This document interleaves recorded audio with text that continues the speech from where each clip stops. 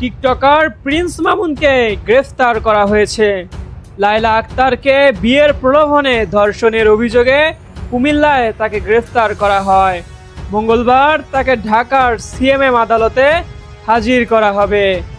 নাম প্রকাশে অনিচ্ছুক কুমিল্লা জেলা পুলিশের এক কর্মকর্তা বিষয়টি নিশ্চিত করেছে। তিনি বলেন, ধর্ষণ মামলায় ডিবির একটি টিম তাকে গ্রেফতার করেছে।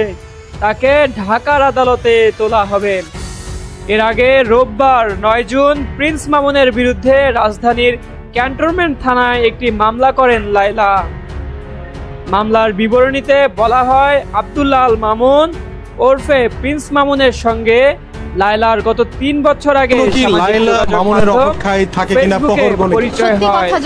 পরিচয়ের এক পর্যায়ে মামুন লায়লাকে বিয়ে করবে এমন প্রলোভন দেখিয়ে প্রেমের সম্পর্ক স্থাপন করে।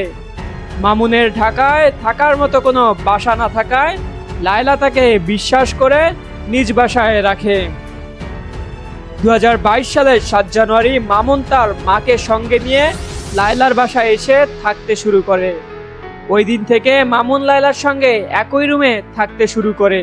বিয়ের প্রলোভন দেখিয়ে লায়লার ইচ্ছার বিরুদ্ধে বিভিন্ন তারিখ ও সময়ে একাধিকবার শারীরিক সম্পর্ক স্থাপন করে।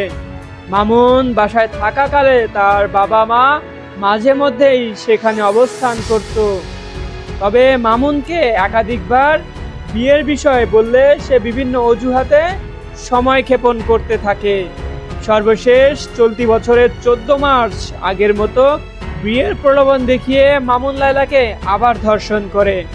পরে তাকে বিয়ের বিষয়ে বলা হলে সে লায়লার উপর ক্ষিপ্ত হয়ে ওঠে।